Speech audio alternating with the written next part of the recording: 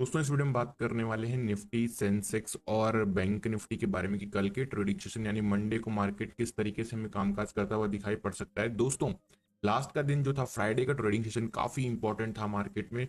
अगर मैं आपको बताऊं कि यहाँ पर हमें इतना ज्यादा अपसाइड का मोमेंटम क्यों देखने को मिला तो वीडियो को पूरा देखिएगा। मैं प्रॉपर लॉजिक रीजन के साथ बताने वाला हूँ कि क्यों मार्केट में हमको एकदम इतनी ज्यादा तेजी देखने को मिली।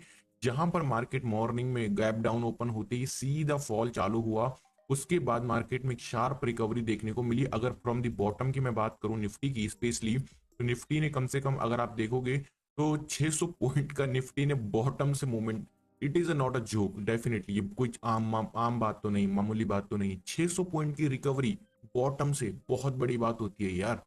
बैंक सेंसेक्स की बात करूं बॉटम से, सेंसेक्स ने बॉटम से दी है रिकवरी करीबन 2000 पॉइंट की। मतलब एक जोक होता है, ये जोक नहीं है। 2000 पॉइंट की रैली गिरने के बाद, और अगर हम गिरावट के साथ लगा दें तो मार्केट पहले 1000 पॉइंट गिरा, 1000 पॉइंट गिरने के बाद 2000 पॉइंट उठा, यानी कि टोटल 3000 पॉइंट का मोमेंटम सेंसेक्स में, ह्यूज वोलेटिलिटी या आप कह सकते हो ह्यूज मोमेंटम देखने को मिला। तो हमारा जो है सीपीआई डेटा आया था जिसको हम कह सकते हो रिटेल इन्फ्लेशन डेटा। तो ये क्या हुआ अब इसमें देखिए, सीपीआई फेल टू 3 मंथ लो, 3 मंथ के लोवेस्ट लेवल पर हमारा सीपीआई डेटा निकल कर आया 5.48%, जो कि आपका 3 महीने पहले 6.21%। तो सीपीआई डेटा गिरना चाहिए। इन्फ्लेशन डेटा जितना ज्यादा गिरेगा यानी कि मार्केट में, तो सीधी सी सिंपल सी बात है कि इन्फ्लेशन डेटा जितना ज्यादा गिरेगा यानी कि मार्केट में महंगाई या हमारे इकोनॉमिक में जो है महंगाई उतनी कम होती जा रही है। तो ये कहीं ना कहीं हमारे लिए, हमारे मार्केट के लिए जो है कहीं ना कहीं एक पॉजिटिव साइन होता है। तो सिक्स सेकंड न्यूज जो फ्लो कर रही थी, that was the gross NPA of PSU banks drop 3.1% from the 14.6%। क्या मतलब हुआ इसका? एनपीए यानी कि आपका जो होता है, एनपीए आपका होता है नॉन परफॉर्मिंग एसेट्स, यानी कि जो बैंक्स लोन दे रहे हैं उनमें से मान लो किसी बैंक ने 100 रुपए का लोन दिया किसी एक रिटेल यानी कि किसी एक आम आदमी को, उसमें से कितने परसेंट वो रिकवरी कर पा रहे हैं। क्योंकि आपने देखा होगा मतलब मेजोरिटी ऑफ द आप देखोगे जो छोटे लोग जो है या फिर बड़े लोग जो है लोन्स लेते हैं बैंक से, वो डिफॉल्ट कर जाते हैं, बाद में वो क्या बन जाता है, वो एनपीए बन जाते हैं, यानी कि नॉन परफॉर्मिंग एसेट, जो कि बैंक के लिए एक सरदर्दी होती है।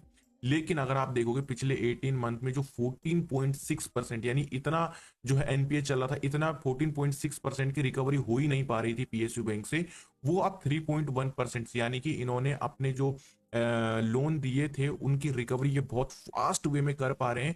ये कहीं ना कहीं मार्केट में ये न्यूज जैसे फ्लोट हुई, अब उसके बाद जो है मार्केट यहाँ पर एक अच्छा मतलब ये बात क्योंकि बड़े लोगों को तो डेफिनेट, अभी हम लोगों को नहीं पता चलती है ये अंदर की बातें, ये बातें जो हैं जो इंटरनल चीजें होती हैं, ये कहीं ना कहीं डीआईआई जो आपके डोमेस्टिक इन्वेस्टर्स हैं, जो हम एसआईपी कर रहे हैं, म्यूचुअल फंड हाउसेस हैं, इनको तो सारी चीजें पहले से ही पता होती हैं। एफआईएस बड़े लोग हैं तो इनको ये चीज पहले ही पता लग गई थी, मार्केट को यहाँ से उड़ा के लेके गए। अगर मैं यूएस फ्यूचर्स की बात करूं 100 पॉइंट की नेगेटिव में है, डाउ जोन्स फ्लैट और नेगेटिव की कुछ ज्यादा गिरावट है नहीं, और नेस्डेक फ्लैट क्लोजिंग हुई है। तो यूएस मार्केट से कुछ संकेत निकल कर नहीं आ रहे हैं। अभी हम माई वॉच लिस्ट पे देखने की कौन कौन से वो सेक्टर थे जो कि लास्ट फ्राइडे में जो है जिन्होंने मार्केट को भगाने में सबसे ज्यादा कंट्रीब्यूशन दिया है।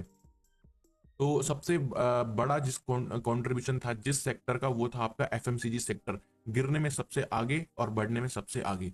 कंजप्शन सेक्टर वही आपका हो गया, निफ्टी 50 भी 200 मतलब दिखा रहा है, प्राइवेट बैंक्स, उसके बाद आईटी, यानी कि सब। और जो परफॉर्म नहीं कर रहा था वो मेटल, मेटल परफॉर्म नहीं कर रहा था, रियलिटी परफॉर्म नहीं कर रहा था। निफ्टी 50 में आप देखोगे वी शेप रिकवरी आई है। अगर निफ्टी यहाँ पर कहीं बॉटम लेने मतलब एक रिट्रेसमेंट लेने आता है, डिप लगाने आता है, जो कि है आपको 24,550 के नियर बाई का लेवल, तो एक इंपॉर्टेंट रोल प्ले कर सकता है। आइए मैं इस फिबोनाची रिट्रेसमेंट को रिमूव करता हूं और वो इंपॉर्टेंट लेवल आपको बता देता हूं।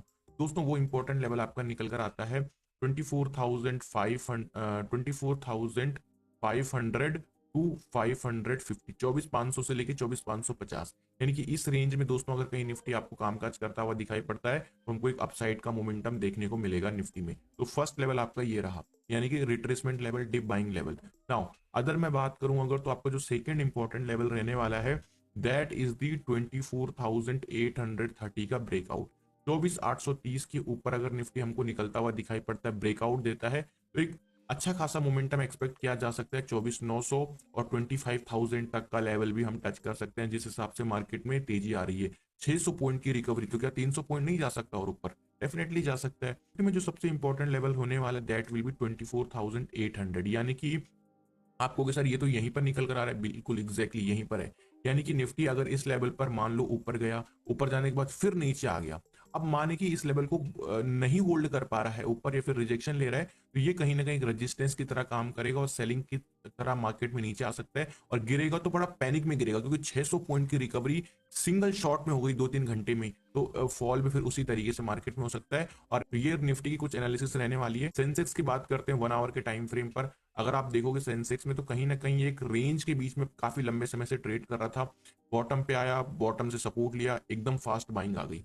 अब यहाँ पर देखिए एक थोड़ा सा इंपॉर्टेंट चीज है देखने वाली, क्योंकि ये लेवल दोस्तों कहीं ना कहीं मार्केट में एज अ रेजिस्टेंस की तरह पहले काम कर रहा था, फिर रेजिस्टेंस की तरह काम कर रहा था, अगेन रेजिस्टेंस की तरह काम कर रहा था, अगेन रेजिस्टेंस, और लास्ट के दिन पे जब मार्केट जाके रुका तो बिल्कुल रुका इसी लेवल पर। यानी कि क्या है, क्या डेफिनेटली इस लेवल में कुछ ना कुछ खास बात तो है, तभी तो मार्केट रुक रहा है। फिर अगर इसको थोड़ा नजरिया अगर आप चेंज करोगे, this is the left shoulder, this is your head, and this is your kind of right shoulder. यानी कि market is making a inverse head and shoulders pattern in Sensex. और जैसे कि मैंने बताया, दिग्गज इन्वेस्टर रमेश दमानी सर जो बोल रहे थे कि भाई दिसंबर एंड या जनवरी के सेकंड हाफ में सेंसेक्स जो है अपना नया ऑल टाइम हाई टच कर सकता है, यानी कि 86,000 के लेवल को भी ब्रीच कर सकता है, ये उनका कहना था। अब जिस हिसाब से पैटर्न बन रहा है, तो ये पैटर्न अब मैं तो 1 आवर के टाइम फ्रेम पर देख रहा हूँ, अगर थोड़ा सा इसको 1 डे टाइम फ्रेम पर देखा जाए तो भाई ये सचमुच में बड़ी तेजी को लीड कर सकता है। तो इसको नजरअंदाज मत करिएगा, जो एनालिसिस मैं करके दे रहा हूँ बहुत वैल्यूएबल एनालिसिस है, इसकी इंपॉर्टेंस आपको नहीं पता होगी, लेकिन जो लोग मेरे को रेगुलर देखते हैं उनको पता है कि कितना इंपॉर्टेंस है इस एनालिसिस का जो मैं आपके साथ करके बता रहा हूँ। सेंसेक्स के अगर 15 मिनट के टाइम फ्रेम पर कुछ इंट्राडे लेवल्स की मैं बात करूं दोस्तों, तो वो होने वाले 81,300 का लेवल, जो कि आपका मे बी इधर के आसपास निकल कर आता है इन केस, क्योंकि यहाँ पर बहुत इंपॉर्टेंट 50% का फिर रिट्रेसमेंट लेवल निकल कर आ रहा है। इस लेवल पर अगर मार्केट आता है तो डेफिनेटली एक बाइंग साइड का मौका देखा जाएगा। दूसरा दोस्तों, सेंसेक्स की अगर मैं बात करूं तो 82,400 का जो ब्रेकआउट है, इस लेवल के ऊपर दोस्तों अगर सेंसेक्स हमको निकलता हुआ दिखाई पड़ता है, तो हम यहाँ पर एक बाइंग साइड का मूव एक्सपेक्ट करके चल सकते हैं। काफी अच्छी खासी यहाँ से एक बाइंग हमको आती हुई दिखाई पड़ सकती है, क्योंकि क्योंकि देखो क्यों बाइंग आती हुई दिखाई पड़ सकती है, पूरा खुला नीला आसमान है मेरे भाई, कोई मार्केट में यहाँ तक, इवन यहाँ तक कुछ नहीं है इस लेवल तक, जो कि है 83,700। यानी कि यहाँ से 400-500 पॉइंट तो सेंसेक्स ऐसे ही उड़ जाएगा। तो ये इंपॉर्टेंट लेवल है, इनको आप अपने माइंड में रखिएगा। सेलिंग लेवल की दोस्तों अगर मैं बात करूं सेंसेक्स में, तो वो रहने वाला है तो जो आपका सेलिंग लेवल रहने वाला है वो रहने वाला है 82,300। ओके, 82,300 रेजिस्टेंस लेवल, यानी कि जिस लेवल पर मार्केट है, सेम टू सेम निफ्टी वाली एनालिसिस, ऊपर गया नहीं होल्ड कर पाया, नीचे आ गया भाई साहब। अब नीचे आया तो इसका मतलब इस लेवल पर मार्केट ने पहले मल्टीपल टाइम क्या कर रखा है, अभी मैंने आपको दिखाया था 1 आवर के टाइम फ्रेम पर वही रेजिस्टेंस लिया है। तो ये लेवल एज अ, अब देखो मार्केट ने रेजिस्टेंस लिया नीचे आने लगा, तो ये लेवल हमारे लिए एज अ सेलिंग की तरह भी एक्ट कर सकता है, और एक बहुत प्यारा मोमेंटम हमको डाउन साइड को देखने को मिल सकता है। तो ये हमारी कुछ एनालिसिस रहने वाली है सेंसेक्स में। अब दोस्तों अगर आपको ये वीडियो अच्छी लग रही है तो डेफिनेटली आप वीडियो को लाइक करिएगा। अब बात करते हैं एक और इम्पोर्टेंट लेवल की, जो कि है 81,800, यानी कि 81,800 आपका ये रहा ये लेवल। तो मेरा कहने का मतलब है कि अगर सेंसेक्स इंट्राडे में 9:35 के बाद इस लेवल का ब्रेकडाउन देता है, जो 9:35 के बाद यहाँ पर हम सेलिंग का मौका देख सकते हैं। ओके, अब बात कर लेते हैं यहाँ पर बैंक निफ्टी के बारे में, कि बैंक निफ्टी में किस तरीके से मार्केट में ट्रेड किया जा सकता है। ये आपका 1 आवर का टाइम फ्रेम रहा।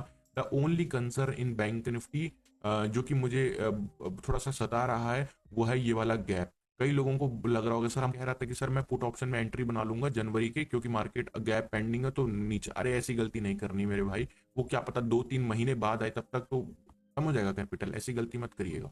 तो अगर बैंक निफ्टी की मैं बात करूं तो बैंक निफ्टी में ये इंपॉर्टेंट लेवल है, यहां से बैंक निफ्टी लास्ट टाइम बहुत अच्छा खासा फॉल किया था, अगेन उसी लेवल के आसपास जाता हुआ दिखाई पड़ रहा है। थोड़ा सा इसमें कंफ्यूजन क्रिएट हो रहा है, तो मैं कहूंगा ज्यादा बेटर ट्रेड करने के लिए आपके लिए निफ्टी और सेंसेक्स रहेगा। अब बात कर लेते हैं यहाँ पर बैंक निफ्टी में, अगर जो बैंक निफ्टी लवर है तो वो कहाँ पर ट्रेड कर सकते हैं। तो जो सबसे इंपॉर्टेंट लेवल मेरे सामने बैंक निफ्टी में निकल कर आ रहा है, दैट इज द 53,200 का लेवल। यानी कि 53,200 आपका इधर कहीं निकल कर आता है। इस जोन के आसपास से डिप मारता हुआ अगर बैंक निफ्टी दिखता है, तो हम एक बाइंग साइड का ट्रेड यहाँ पर अपना ले सकते हैं। ओके, और सेलिंग लेवल मेरे को दिखाई पड़ रहा है बैंक निफ्टी में 53,850, यानी कि ये as a resistance level market मान लो ब्रेकआउट करके फिर नीचे आने लगता है तो बहुत प्यारा मौका बैंक निफ्टी में डाउन साइड के लिए बनता हुआ दिखाई पड़ सकता है। दोस्तों, आई होप कि आपको वीडियो अच्छी लगी होगी। वीडियो अच्छी लगी तो वीडियो को लाइक, चैनल को सब्सक्राइब और बेल आइकन प्रेस कर देना ताकि आपको हर वीडियो की नोटिफिकेशन टाइम पर मिल सके।